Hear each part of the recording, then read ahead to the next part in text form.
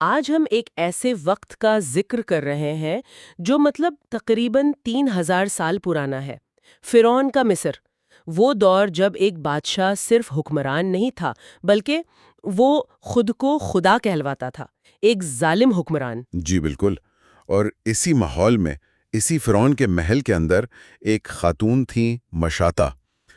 وہ بظاہر تو فرعون کی بیٹی کی خادمہ تھی، لیکن دراصل وہ حضرت موسیٰ علیہ السلام کے دین پر ایمان لا چکی تھی، خفیہ طور پر۔ جی، اور یہ جو تفصیلات ہیں یہ ہمیں ایک یوٹیوب ویڈیو کے ٹرانسکرپٹ سے ملی ہیں جو اسی واقعے کو بیان کرتا ہے۔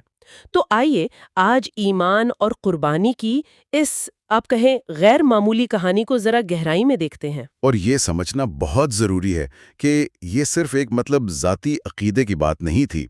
اس زمانے میں فرعون کے ہوتے ہوئے کسی اور رب کا نام لینا، یہ تو سیدھا سیدھا اس کے اقتدار کو چیلنج کرنا تھا۔ بہت بڑی جرأت تھی۔ بالکل۔ اچھا، تو کہانی شروع کیسے ہوتی ہے؟ وہ فرعون کی بیٹی کے بالوں میں کنگھی کر رہی تھی مشاطہ، اور کنگھی کرتے کرتے ان کے ہاتھ سے وہ کنگھی گر گئے۔ جی، اور جب انہوں نے جھک کر کنگھی اٹھائی تو بے اختیار ان کی زبان سے نکلا بسم اللہ۔ فوراً شہزادی نے سن لیا۔ ہاں، فوراً متوجہ ہوئی، پوچھا کہ یہ اللہ کون ہے؟ میرے والد کے علاوہ بھی کوئی ہے؟ کس کا نام لیا تم نے؟ اور مشاطہ نے کمال دلیری سے جواب دیا۔ جی، انہوں نے کہا یہ میرا رب ہے، تمہارا رب ہے، اور تمہارے باپ کا بھی رب ہے، وہی جو سب کو پالتا ہے۔ بس یہ سننا تھا کہ شہزادی سیدھی اپنے باپ فرعون کے پاس گئی۔ اور سب بتا گیا۔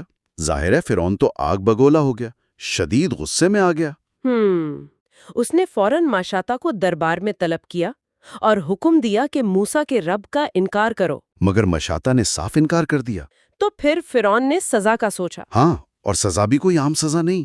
اس نے سوچا کہ ایسی سزا دی جائے جو دوسروں کے لیے عبرت بنے، کوئی اور ایسی ہمت نہ کرے۔ اور اس نے، آپ دیکھیں، ایک ماں کی سب سے بڑی کمزوری کو استعمال کیا، اس کے بچوں کو۔ یعنی اس نے ایک بہت بڑی دیگ لانے کا حکم دیا اور اس میں تیل ڈال کر اسے خوب گرم کرنے کو کہا، کھولتا ہوا تیل۔ منصوبہ یہ تھا کہ وہ مشاطہ کو اس کے بچوں کے ذریعے توڑے گا، ان کو تکلیف دے کر۔ اللہ اکبر، یہ تصور کرنا بھی مشکل ہے۔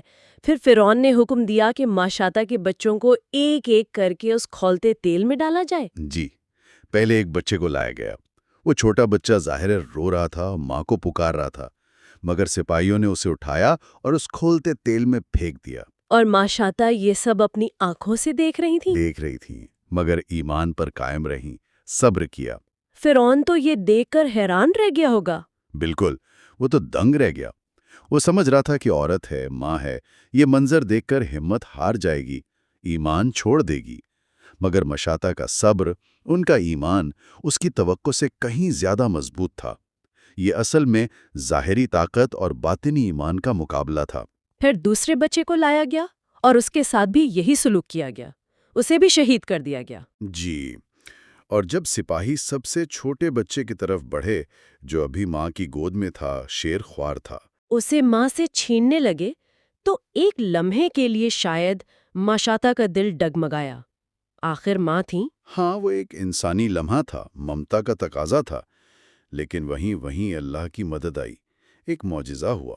معجزہ؟ کیسا معجزہ؟ وہ شیر خوار بچہ، جو ابھی بولنے کی عمر کا بھی نہیں تھا، وہ اپنی ماں سے بول اٹھا، صاف واضح آواز میں۔ اس نے کہا، امی جان، صبر کریں، آپ حق پر ہیں، دنیا کی یہ تکلیف آخرت کے عذاب کے مقابلے میں کچھ بھی نہیں۔ سبحان اللہ، ایک شیرخوار بچہ بول اٹھا؟ جی ہاں، یہ کھلا معجزہ تھا۔ پورا دربار حیران رہ گیا، سناٹے میں آ گیا۔ لیکن پھر بھی کسی پر اثر نہیں ہوا۔ حیرت تو ہوئی، مگر دلوں پر مہریں لگی ہوئی تھیں، وہ لوگ ایمان نہیں لائے۔ اور اس معصوم بچے کو بھی؟ ہاں، اسے بھی اسی تیل میں ڈال دیا گیا۔ مشاطہ نے یہ سب برداشت کیا؟ جی، ان کا یقین اور پختہ ہو گیا کہ اللہ کے پاس جو اجر ہے وہ اس دنیا اور اس کی تکلیفوں سے کہیں بہتر ہے۔ پھر اپنی شہادت سے پہلے انہوں نے فرعون سے ایک درخواست کی۔ جی، ایک آخری خواہش۔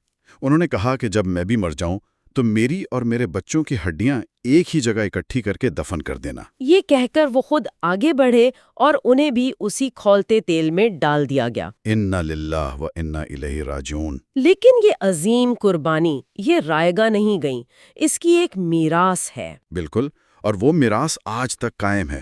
دیکھیں، اس واقعے کے تقریباً 2000 سال بعد جب ہمارے نبی اکرم صلی اللہ علیہ وسلم معراج کے سفر پر تھے، یعنی وہ آسمانی سفر۔ تو جب وہ مصر کے قریب سے گزرے، انہیں ایک بہت ہی خاص، بہت پیاری خوشبو محسوس ہوئی۔ اچھا؟ جی، تو انہوں نے حضرت جبرائیل علیہ السلام سے پوچھا کہ یہ کیسی خوشبو ہے؟ جبرائیل علیہ السلام نے جواب دیا، یا رسول اللہ، یہ خوشبو ماشاتا اور ان کے بچوں کی قبر سے آ رہی ہے۔ اللہ اکبر! یعنی وہ خوشبو آج تک آ رہی ہے؟ جی، کہا جاتا ہے کہ وہ خوشبو قیامت تک آتی رہے گی۔ یہ ان کے صبر اور ایمان پر اللہ کا انعام ہے۔ یہ کہانی واقعی ہمیں جھنجھوڑ دیتی ہے، سوچنے پر مجبور کرتی ہے کہ جن اصولوں کے لیے، جس ایمان کے لیے اتنی بڑی، اتنی ناقابل تصور قربانیاں دی گئیں، آج ہم اس ایمان کی کیا قدر کرتے ہیں؟ کیا ہم اس کی روح کو سمجھتے ہیں؟ اور یہی وہ گہرا سوال ہے جو یہ واقعہ ہمارے سامنے رکھتا ہے کہ اتنے شدید ظلم، اتنی اذیت کے سامنے ایک انسان کے اندر اتنا غیر متزلزل یقین، اتنا صبر کہاں سے آتا ہے؟ یہ انسانی روح کی طاقت اور عقیدے کی گہرائی کے بارے میں ہمیں کیا سکھاتا ہے؟